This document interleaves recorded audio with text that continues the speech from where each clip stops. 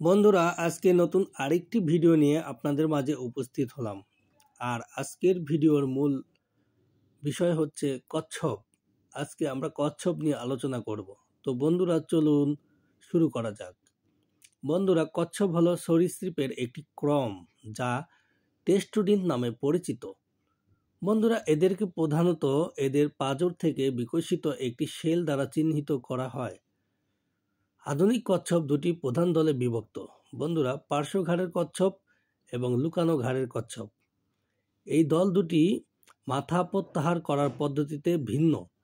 ভূমিতে বসবাসকারী কাছিম এবং মিঠা পানির টেরাপিন সহ 360টি জীবিত এবং সম্প্রতি বিলুপ্ত প্রজাতির কচ্ছপ রয়েছে।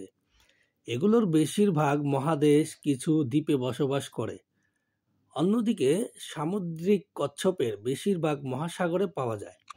বন্ধুরা, পাখি এবং স্তন্যপায়ী প্রাণীসহ অন্যান্য সরীসৃপদের মতো কচ্ছপেরা বাতাসে শ্বাস নেয় এবং প্রাণীর উপর ডিম দেয়।